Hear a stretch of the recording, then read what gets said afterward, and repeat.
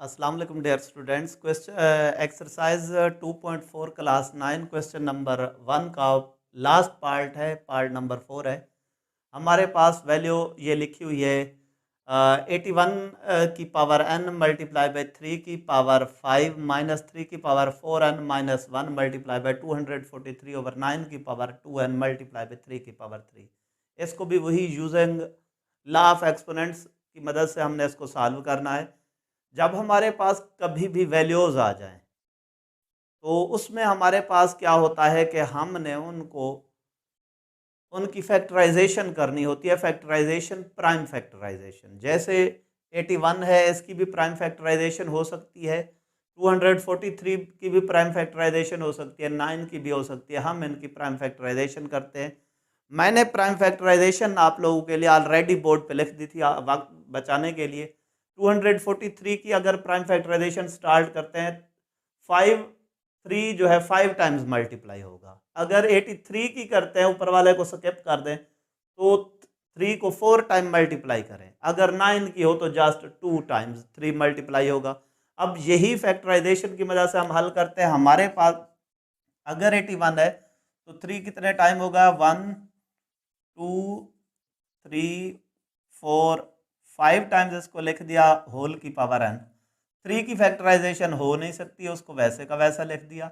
इधर भी हमारे पास 3 की power 4n minus 1 multiply by इधर 1 2 3 4, सॉरी इसमें 81 है, 81 के टाइम हमने 4 टाइम्स लिखना है। ये हमारे पास आ गया। आगे हमारे पास 243 है, उस वक्त हम कितने लिखेंगे? 5 टाइम्स, 1 2 3 4 5 इधर कोई एक्सपोनेंट नहीं है। जब हम 9 को लिखते हैं, 9 के लिए हम क्या लिखते हैं? 3 मल्टीप्लाई बाई 3 होल की पावर 2n मल्टीप्लाई बाई 3 की पावर 3।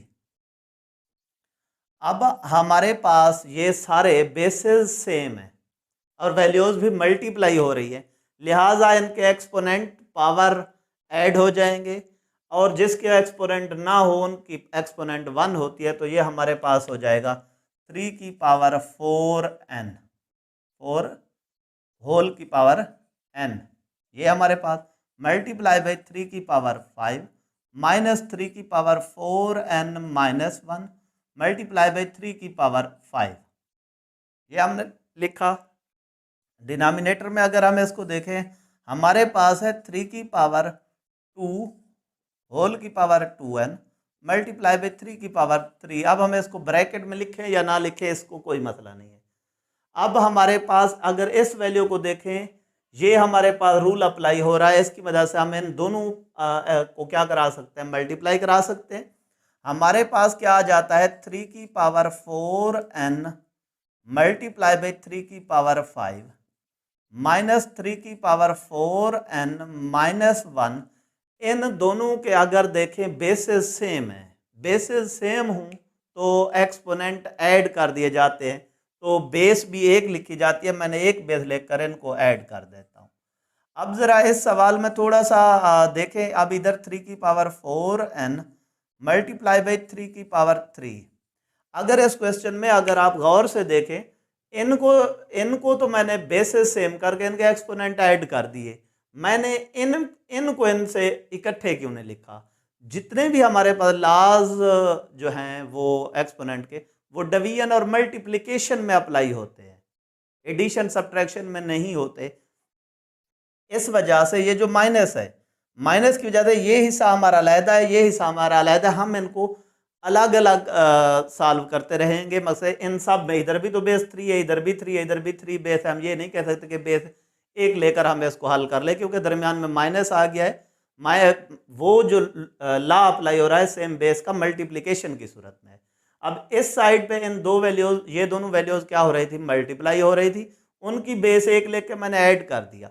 अब इधर ये दो वैल्यूज क्या हो रही है? मल्टीप्लाई हो रही है। इन दोनों की जो हमारे पास बेस होगी, उसको भी मैं क्या करके लिख दूंगा? ऐड करके लिख दूंगा। हमारे पास क्या आ जाता है?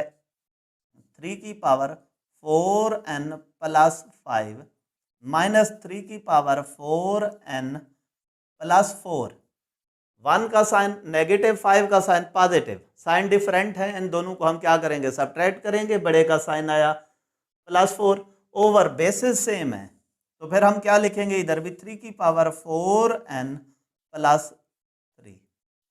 अगर हम इस क्वेश्चन में इसी जगह पे इस चीज़ को ज़रा गौर से देखें तो हमारे पास क्या हो रहा है, इधर डिनोमिनेटर में क्या आ रहा है, 3 की पावर 4n +3। अब मैं कोशिश करता हूँ इस जगह पे भी 3 की पावर 4n +3, इस जगह पे भी 3 की पावर 4n +3 लिखता हूँ, फिर वो कॉमन लेके हम इसको कैंसिल कर सकते हैं। अब ये नहीं हो सकते, अब उसी जहन माइंड में ये रखते हुए इसको मैं लिखता हूँ, क्या लिख सकता हूँ, 3 की पावर 4n +3 +2।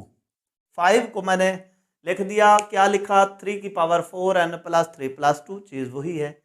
दरमियान में माइनस है, 3 की पावर 4n +3 +1, ये हमने लिखा 4 को। इसी तरीके से डिनोमिनेटर में हमारे पास क्या है, 3 की पावर 4n +3। हम न्यूमरेटर में भी 3 की पावर 4n लाने की ट्राई कर रहे हैं। अब अगर हम देखें इनकी पावर्स ऐड हो रहे हैं, एक्सपोनेंट ऐड हो रहे हैं, बेस सेम है, पहले रूल को यूज करते हुए हम उनके अलहदा अलहदा बेस ले सकते हैं मल्टीप्लाई करा के। मैं इनको 4n 3 और 2 सब को अलहदा करने की बजाय मैं 4n +3 एक साइड पे कर देता हूँ, 2 को दूसरी साइड पे कर देता हूँ। 3 की पावर 4n +3 डॉट 3 की पावर 2 माइनस 3 की पावर 4n +3 डॉट 3 की पावर 1। अब हमारे पास क्या आ गया, 3 की पावर 4n +3। अब अगर हम इस क्वेश्चन में देखें, हमारे पास इधर भी 3 की पावर 4n +3 है, इधर भी 3 की पावर 4n +3 आ गया। ये दोनों वैल्यूज में है और वैल्यूज दरमियान में माइनस हो रही है, हम इनमें से इसको कॉमन ले लेते हैं। जैसे ही हम इसको कॉमन लेते हैं हमारे पास क्या आ जाता है, 3 की पावर 4n +3, इधर हमारे पास क्या बचेगा, 3 की पावर 2 माइनस 3 की पावर 1 ओवर 3 की पावर 4n +3। अब 3 की पावर 4n +3 भी n के साथ मल्टीप्लाई हो रहा है और नीचे वाली वैल्यू के साथ वो फिर कैंसिल हम कर सकते हैं, ये पूरा कैंसिल इसके साथ इस तरीके से। अब इनमें फिर रिपीट कर रहा हूँ, दरमियान में माइनस सेम है, हम वो लाज नहीं अप्लाई कर सकते, दरमियान में माइनस की वजह से मल्टीप्लिकेशन या डिवीजन होती फिर हम वो लाज अप्लाई कर नहीं है। अब 3 का स्क्वायर हमारे पास क्या आ सकता है, ये बच गया हमारे पास 3 की पावर 2 माइनस 3 की पावर 1। 3 की पावर 2 हमारे पास क्या होता है, 9 माइनस 3, जब हम इसको माइनस करते हैं तो हमारे पास आंसर आता है 6। ये क्वेश्चन नंबर 1 इस तरीके से आज कंप्लीट हो गया। उम्मीद करता हूँ ये क्वेश्चन भी आपको समझ आ गया होगा। अगर आपको ये क्वेश्चन मेरे वीडियो लेक्चर समझ आ रहे हैं तो यही आपसे रिक्वेस्ट है कि सब्सक्राइब करें, लाइक करें और कमेंट करके हौसला अफजाई ज़रूर किया करें ताकि आपके लिए मज़ीद अच्छी से अच्छी वीडियोज़ बनाई जा सके।